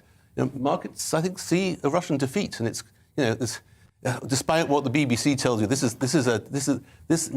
military people tell you that it's hard to conceive of a more disastrous military invasion. That's really interesting because we've been reporting, I mean, every day the oil price, the gas price is bouncing around. The gas price at one point this week was 16 times higher than this time last year, as almost 20 times higher when it was denominated in euros, as I said during my introduction. But what you're saying, Max, is if the markets were really, really scared, oil prices would be well above 150, heading for $200. Or 300, as Putin believes, although he seems to know as little about the oil prices as he does about military tactics. But I think that sort of tells you that actually markets are rather more relaxed than you might think. especially as we're now getting into warmer weather. I don't know about you, but the heating is turned down, it's turned on for shorter periods. That will be going on across the country and across Europe. And that means that we've all got a 6-month breathing space. And 6 months, the Russian army is not going to last 6 months in Ukraine. What's your view? We're going to carry on with this discussion after the break. We're going to be talking about specific Western sanctions, specific Russian sanctions. We're going to be moving on to the impact of this East-West economic conflict on you and your family. And what do you think we should prioritise to break our dependency on Russian energy supplies? Email gbviews@gbnews.uk or tweet @GBNews. You're with me on GB News on TV and radio. Our special programme, Ukraine, the Cost of War, continues after this break. And your weather.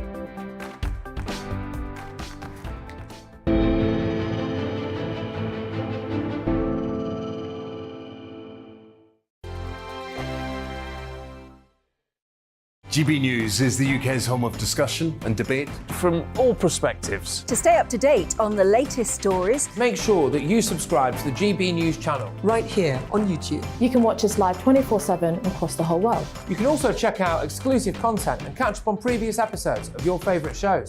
Every day, we ask the questions that you'd ask, so why not add your voice to the conversation in the comments section? Don't forget to subscribe. We are GB News, Britain's news channel. Every night at 11 on GB News, we bring you the next day's stories the day before. It's basically like time travel. If it's a big story, we'll cover it, guaranteed. But we'll also have some fun along the way. Big opinions, big laughs. Sometimes big hair. This is Headliners, the paper review show that won't send you to sleep like the others will. 11 p.m, 7 nights a week. Join us.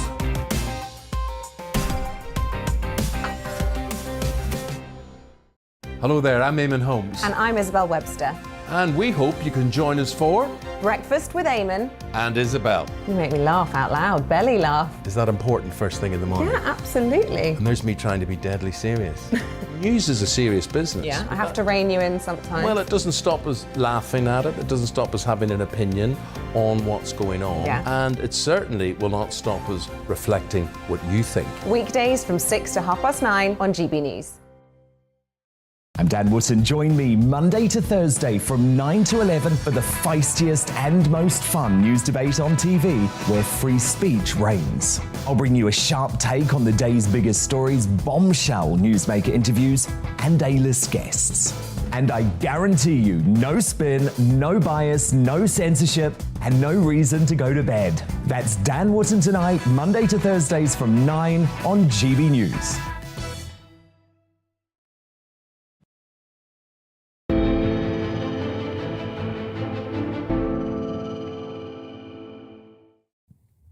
Welcome back. You're with me, Liam Halligan, on GB News. You're watching our special programme, Ukraine, the Cost of War. As part of this economic conflict, the West has imposed sanctions on Russia, of course, not just energy embargoes, but freezing the assets of prominent Russian individuals. And at the same time, of course, Russia has retaliated, putting limits on exports of fertiliser, various industrial metals, foodstuffs and other vital materials, all designed to put pressure on the West by tightening our cost of living squeeze. And on top of these sanctions by Western governments, Western firms have also been rushing from Russia. The UK's BP and Anglo-Dutch company Shell, the oil and gas giants, they're selling multi-billion-pound stakes in various Russian energy projects.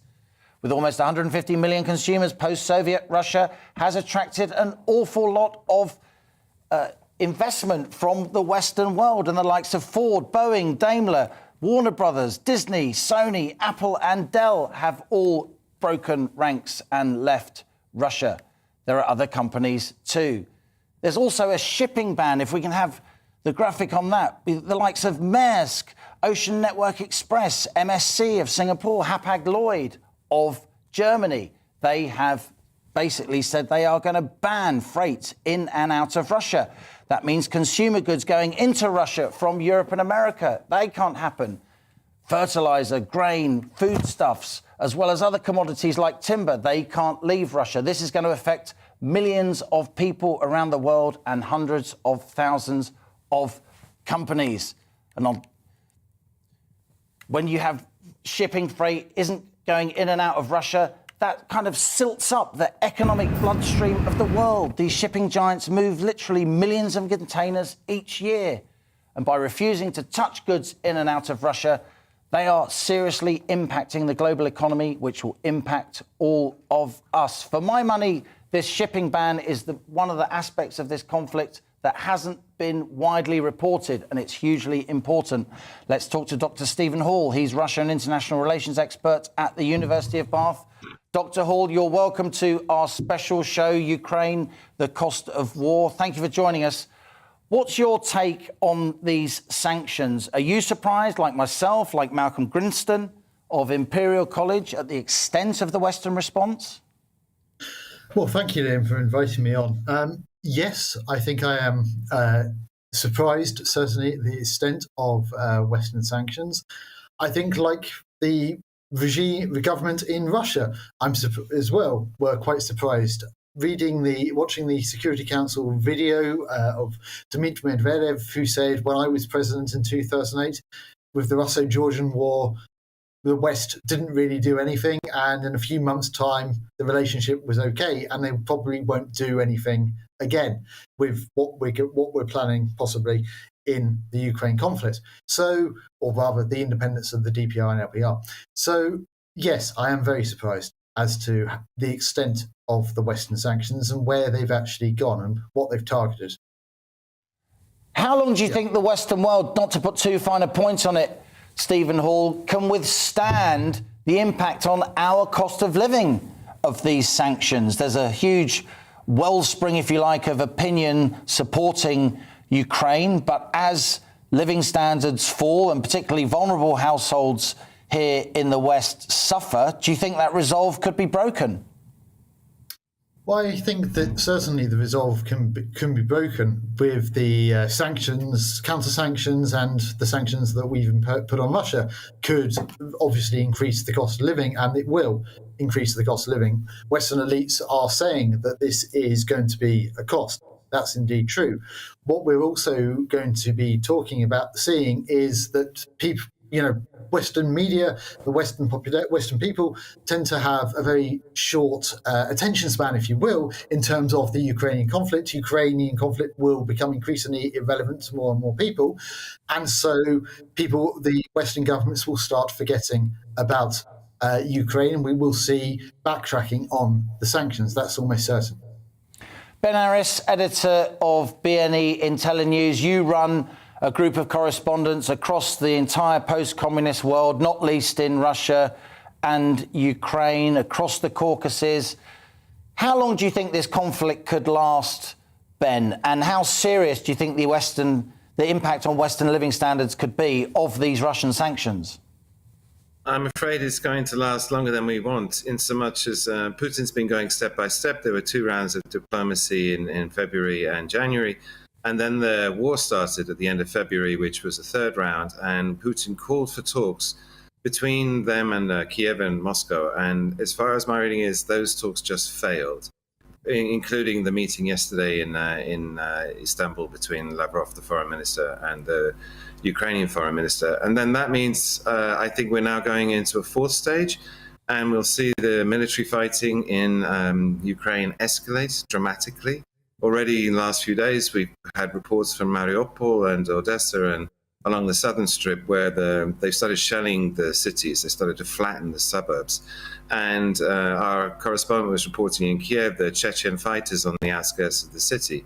And I think the plan now for Putin is to scale it up and really start to smash Ukraine in order to provoke another round of talks, because he's not going to give up. He's going to keep going until he gets his peace deal, his NATO guarantee of no NATO expansion. And at the same time, we've declared full economic war. The sanctions that have been put in place, particularly SWIFT and the seizing of the central bank's reserves. That's the international banking. Just to explain, that's the international banking system, isn't it? SWIFT, that's basically run by America and Europe. If Russia's outside SWIFT, it's going to be a lot harder to do business internationally. They can't send money. You can't transfer money internationally. I mean, it's a huge blow. But it's to declare economic war, and the Kremlin has said that. And so I just want to warn, I'm afraid what might happen next is that Russia will retaliate. And at each step, Putin's gone to the extreme. We've had to recalibrate our understanding of him because he's gone to extreme measures to put maximum pressure. And I'm afraid in the next move by the Kremlin, they're going to put really painful sanctions. They're going to ban commodities, ban metals, ban the export of fertilizers. And the cost to us will go shooting up in that case. I mean, then we are looking at $300 oil, for example. And so this might be just the beginning. And that military phase could go on for months and months. And a lot of people are going to die. It's going to be very, very ugly, very bloody, very painful. Vladimir Putin was born in the early 1950s, the year before somebody called Joseph Stalin died. He was born in 1950. He's 1 year older than me. He was born in 1952. He had a very ordinary upbringing, though he was obviously... He's the first native Russian, ethnic Russian, starting from 16th century. As a ruler of Russia. As the ruler of Russia. Very, very interesting. We've got some pictures of here. We just saw some pictures of him. That is the main problem. When he was younger. But tell us what you know of the man and what you think he's thinking. Ben Harris, and he's a very well-informed guy, as you know, said Putin is going to keep on going until he gets his guarantee that NATO is not going to expand. Do you agree with that? You know, first, that's what I'm stressing all the time, that we are different civilizations. We are different people. We differently understand the world and different reaction. And your first contributor, say, for example, is saying that Russia and Putin, they were not prepared for sanctions. It's absolutely nonsense. Kremlin was preparing since 2008. Putin was speaking many times that these sanctions will be, this will be, and everybody knew. The problem is that the reaction of Putin and Kremlin was not predicted. Say, for example, the West arrested the Russian assets of the Russian state bank. I know, and you, Nabiullina, the head of the, personally, I worked with her. So she could not do anything what Putin prohibited. It is not possible. For me, I can't imagine. But she actually left $300 billion worth, mostly euros, in the foreign banks, and they were arrested. And they were sanctioned. And they were sanctioned. But what is the retaliation? Nobody speaks about. Now, the foreign entities, banks, companies, and all these things. Russian, by the way, government, state, has no debts. But a lot of Russian banks, entities, and companies all have loans, Western loans. Now they are allowed not to pay back. Indeed. We are hearing about this, aren't we? The likes of BP, Shell, they've got multi-billion-dollar assets in Russia. You've got Western brands, VW, Siemens, Samsung, Procter & Gamble, huge factories in Russia. Are they going to keep them? Well, one question is whether they'll simply be nationalised by the Putin regime. There is already a decision to nationalise. Indeed, and so the assets are effectively worthless for those companies in the foreseeable future. And, in the very short term will be okay. That could be a matter of weeks. In the longer term after that, it's going to be extremely difficult. In the very long term, the world will respond, will move into different energy sources. But this is 5 million barrels a day from Russia. That can't be overturned by what we have seen this week, which is United Arab Emirates saying they will increase output. International Energy Agency. The Saudis haven't, though. The Saudis are hedging, aren't they? The Saudis may or may not, and they control OPEC, the oil exporters cartel. They may or may not help the West to stand up to Putin. There's an axiom in the oil industry that you want a high oil price, but not too high an oil price. You want the oil price that's high enough for you to make a lot of money, but not so high that people say, right, we're going to do something else and undermine in the long term. That was OPEC's thinking towards the end of the 70s, and I suspect there'll be that thinking going on within the oil industry today. Professor Malcolm Grimston of Imperial College, thank you so much for being with us. Valery Morozov, also former Kremlin advisor in Soviet days. Thanks for your contribution. Max King is going to stay with us as we carry on this discussion on this GB News special, Ukraine, the cost of war on TV and DAB plus digital radio. Coming up, we're switching our focus. We're talking about the impact on you, your bills, the money in your pocket, the impact on your family. We'll hear from one GB News viewer who is genuinely struggling to make ends meet as this economic conflict rages. Stay with us.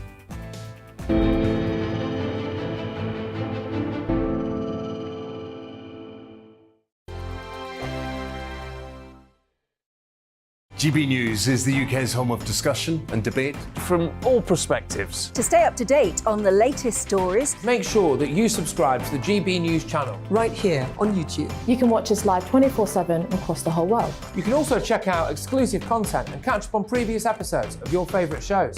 Every day, we ask the questions that you'd ask, so why not add your voice to the conversation in the comments section? Don't forget to subscribe. We are GB News, Britain's news channel. Every night at 11 on GB News, we bring you the next day's stories the day before. Basically like time travel. If it's a big story, we'll cover it, guaranteed. But we'll also have some fun along the way. Big opinions, big laughs. Sometimes big hair. This is Headliners, the paper review show that won't send you to sleep like the others will. 11 p.m, 7 nights a week. Join us.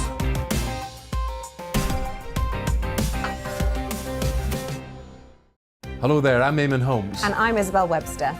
And we hope you can join us for Breakfast with Eamon and Isabel. You make me laugh out loud, belly laugh. Is that important first thing in the morning? Yeah, absolutely. And there's me trying to be deadly serious. News is a serious business. Yeah, I have to rein you in sometimes. Well, it doesn't stop us laughing at it. It doesn't stop us having an opinion on what's going on. Yeah. And it certainly will not stop us reflecting what you think. Weekdays from 6 to 9:30 on GB News. I'm Dan Wootton. Join me Monday to Thursday from 9 to 11 for the feistiest and most fun news debate on TV, where free speech reigns. I'll bring you a sharp take on the day's biggest stories, bombshell newsmaker interviews, and A-list guests. And I guarantee you, no spin, no bias, no censorship, and no reason to go to bed. That's Dan Wootton Tonight, Monday to Thursdays from 9 on GB News.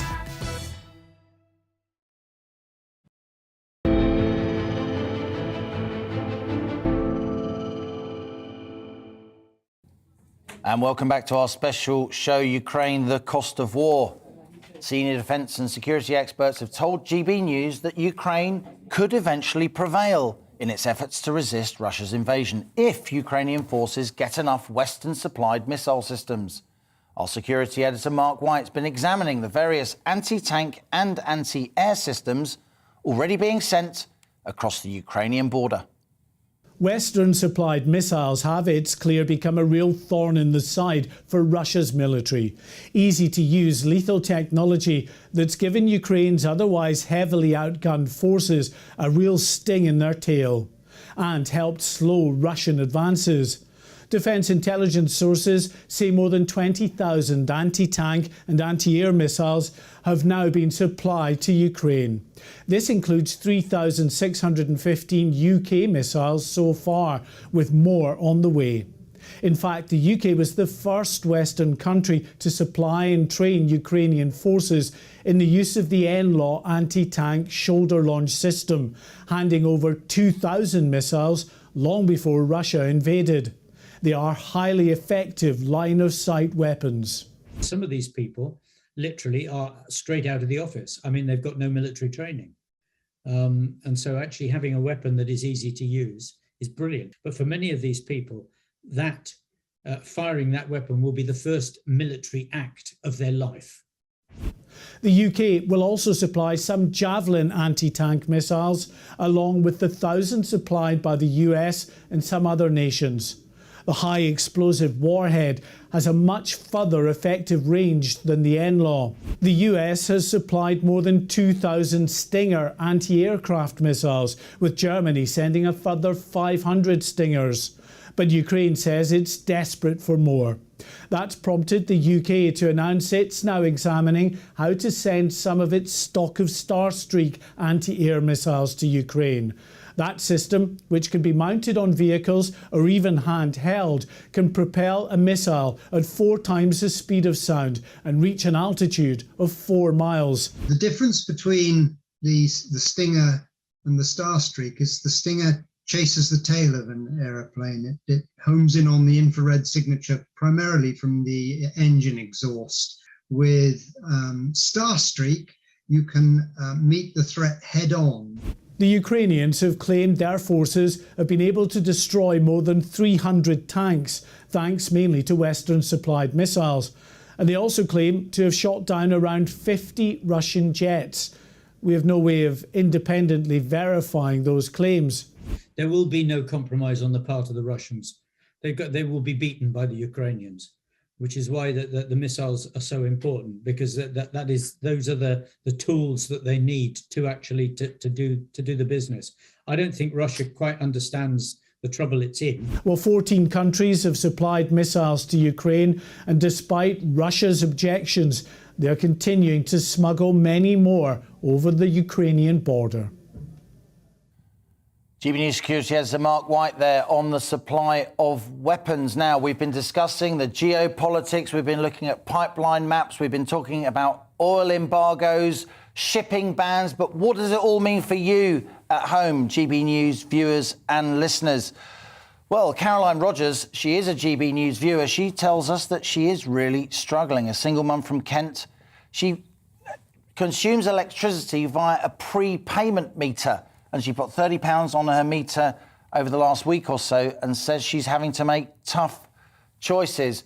Great to have you on the show. I'm sorry to hear about your troubles, but we appreciate you sharing your thoughts with us, Caroline. Famously, people that use electricity on prepayment meters do spend a lot more on their electricity. They're charged a lot more for their electricity than people who use direct debits and so on. What's the reality of this distant Russia-Ukraine conflict on the life of you and your child? Well, I would say it is. I mean, it's not easy. I mean, because like you've been saying, everything has a knock-on effect. I mean, the prices of fuel going up, petrol prices going up, which has a knock-on effect for things like electricity bills and food bills and things like that. So it is just very, very difficult. And sometimes, I like to say, like you said, I'm a single mum of a 14-year-old boy. He likes his computer and things like that. And sometimes I have to make decisions that I don't want to make. He asked me for a computer game and I say, well, at the moment I can't afford to do that because we've got to eat. I've got to put electricity on and things like that.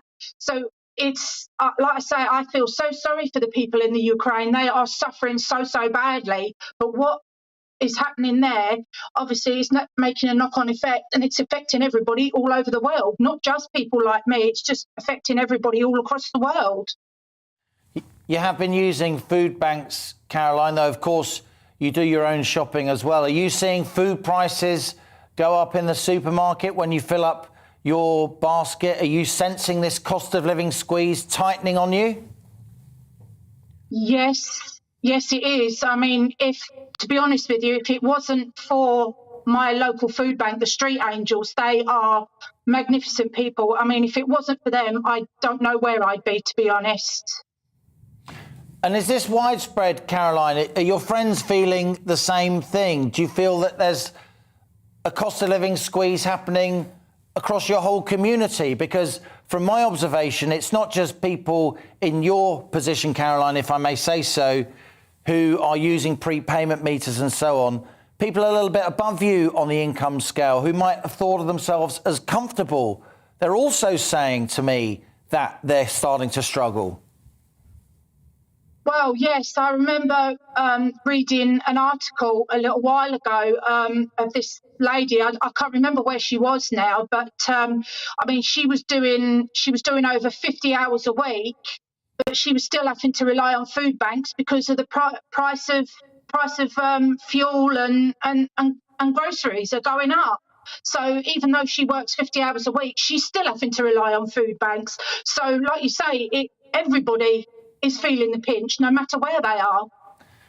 Later this month, Caroline, the Chancellor Rishi Sunak, he's got his spring statement. It's meant to be just a sort of a routine thing, a sort of mini budget under ordinary circumstances. It's taking on the form of a really big political event. What would you say to the Chancellor? What would you say to Prime Minister Boris Johnson and the government as a whole?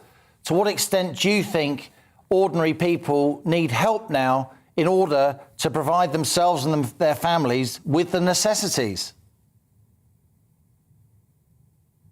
Well, me personally, I would say stop raising prices of utility bills because it is literally cutting everybody in half. A lot of people are having to decide whether to heat or eat.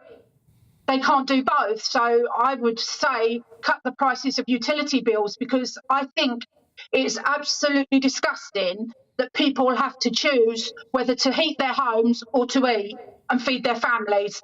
I think it's terrible. Caroline Rogers, thank you so much for sharing your thoughts with us. All the best to you and your son. How about the Chancellor scraps the VAT on fuel bills, as we've been campaigning for here on GB News? We'll stay in touch with you, Caroline, and thanks a lot for joining us here on GB News. Let's talk now to Helen Barnard. Helen is Deputy Director at the Joseph Rowntree Foundation, a highly influential charity that works to combat poverty in the UK. Helen, thanks a lot for joining us once again here on GB News. How urgent now is the need for the government to act to help not just marginal families with low incomes with this cost of living squeeze in light of this East-West economic conflict, but families further up the income scale too? Yeah, I mean, of course, we were in a cost of living crisis before the war in Ukraine started. So I think it's important we don't allow a narrative to emerge which says this is all about the war. We were already in this situation, but of course, we can see it's going to get worse. So we're seeing the price cap for the energy costs going up by about £700 next month. The earliest predictions of what might happen in October, which is the next time it goes up, suggests that we could see another nearly 50% rise in bills. So this is going to get, as you said, tighter and tighter for people. And so far, the government, I would say, has ducked the challenge of doing something meaningful to help people with those costs. And as you say, the spring statement, I think it's a big moment for the Chancellor to say, is he actually going to step up and help people with this? Or are they going to duck the challenge again and leave people exposed to a really dire situation in many cases? During my regular lunchtime show, Helen, you've joined me. We've been discussing the cost of living squeeze. We've been trying to give tips and ideas for lowering your energy bills. You and I have discussed scrapping the VAT on energy bills and the fact that the Chancellor should do that. What else do you think he should do? Should he be now scrapping that increase in national insurance, Helen, given that, as we just heard there from Caroline Rogers, a lot of people who are really struggling here in the UK with this cost of living squeeze, they're working 40 or 50 hours a week. Why are we taking money off them? And of course, now the majority of people in poverty for quite a long time now have been living in a working household. That is the nature of poverty these days. I mean, I think we need to think in terms of who are the people we are most worried about. And at the moment, it's people on the lowest incomes. So Crisis, the homelessness charity, brought out some analysis yesterday. They've looked at the fact that rents are rising. It's not just energy bills. Rents are going up. Help with rents is frozen again. They were saying that if you look at renters in most parts of England, they will have to go without the equivalent of a day a week's food and fuel in order to keep up with the rent and avoid homelessness. In high-cost areas like London, it could be 2 days a week. You'd have to go without food and energy in order to cover your rent. Now, that is obviously an impossible situation. So far, what the government hasn't done is use the tool that is designed to get money to the poorest people quickly, which is the benefit system. So I think that's got to be the first thing. Where we know people are skipping meals, they're getting their health into a poor condition, they are running up debt, we need to get money to those people quickly. So right now, benefits are due to go up by 3% next month, when inflation is heading up to 8% upwards. So we should be at least uprating the money for the poorest people to keep up with costs. Surely that's a no-brainer. I agree. I think politically that's a non-starter. I do think my view would be, as an analysis, it's not my political view, that the Chancellor is going to have to do more. Helen Barnard of Joseph Branch Foundation, thank you so much. We look forward to talking to you again soon. Another person who's been helping us here on GB News to give some tips and advice is Joe Malinowski. He's the founder of The Energy Shop. Joe, we're a bit pressed for time, but since we last spoke, energy prices have gone up higher. Since we last spoke, energy analysts are now talking about £3,000 for the average annual cost of your utility bills. Is there anything people can do? Is there any chink of light that you can give them? I'm afraid not at the present moment in time. We've had another extraordinarily volatile week, probably the most volatile week we've seen so far in this crisis. On the rumour that the US and the EU were about to impose sanctions on Russian oil and gas imports, we had a hugely wild day on Monday. Prices got up to 700 pence a therm, around the 700 pence a therm level. Put that into context, that's actually implying £4,000 energy bills. Since then, the markets have settled down. We've seen the details of what those sanctions are. It won't be as dramatic on the price of oil and gas has been rumoured, and we've seen prices halve. So we're not looking at a £3,000 mark at the moment. We're probably closer, only 2,400, but that's a huge increase compared to where we were a year ago. That's more than doubling. Less than 1,000 a year ago, the average annual utility bill.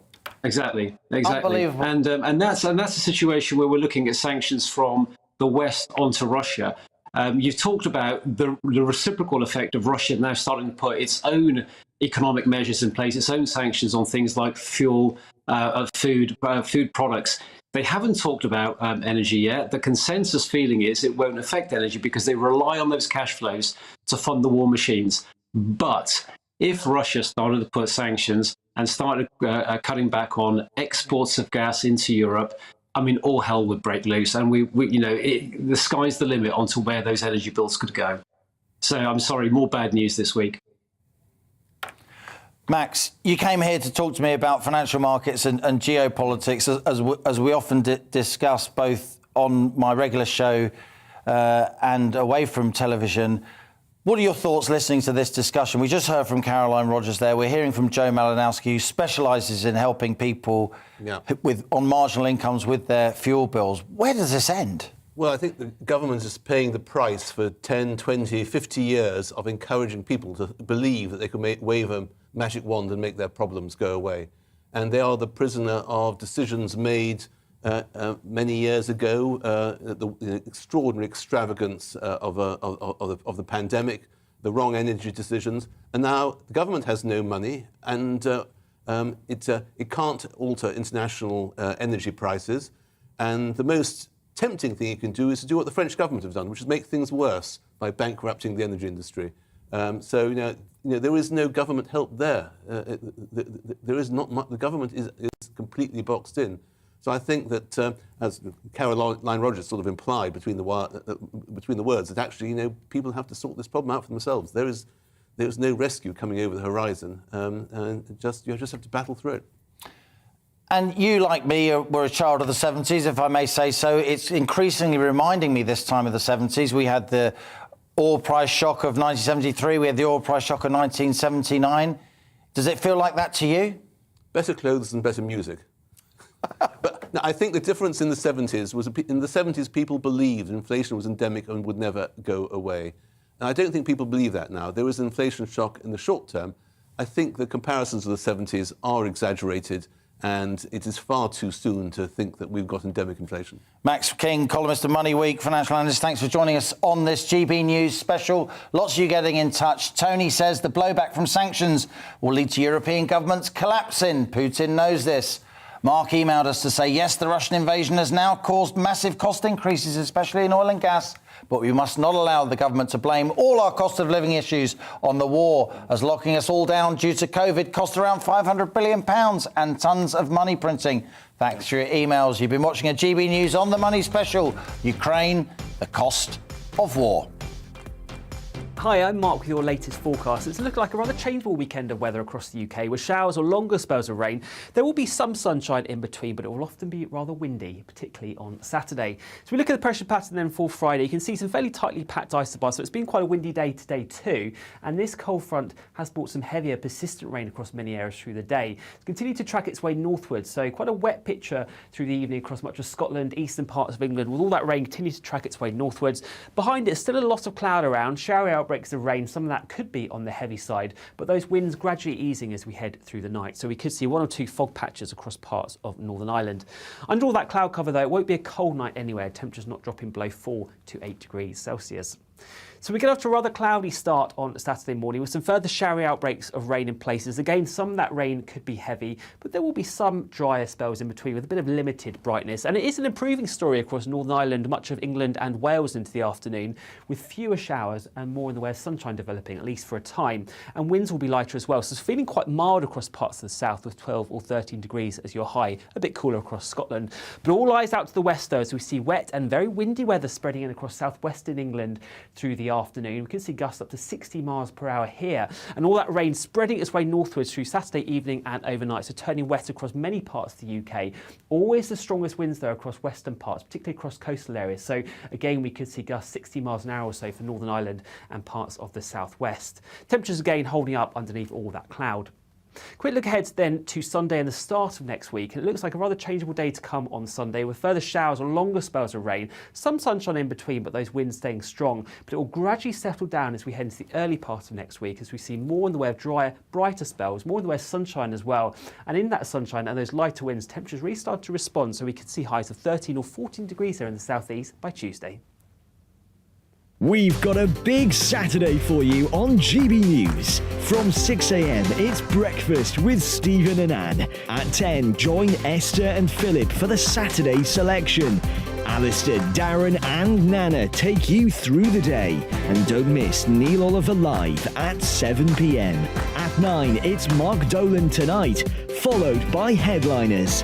That's Saturday on GB News.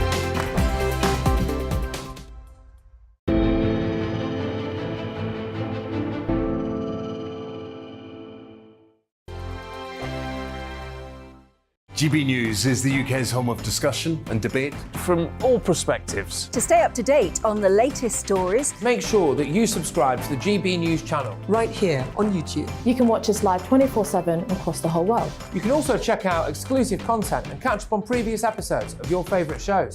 Every day, we ask the questions that you'd ask, so why not add your voice to the conversation in the comments section? Don't forget to subscribe. We are GB News, Britain's news channel.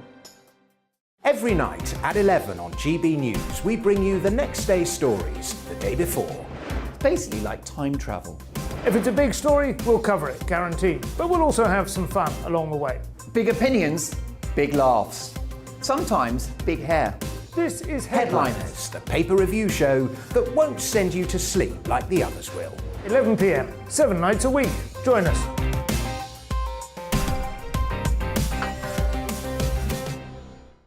Hello there, I'm Eamon Holmes. And I'm Isabel Webster.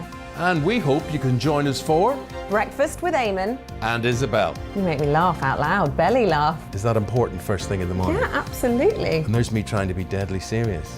News is a serious business. Yeah, I have to rein you in sometimes. Well, it doesn't stop us laughing at it.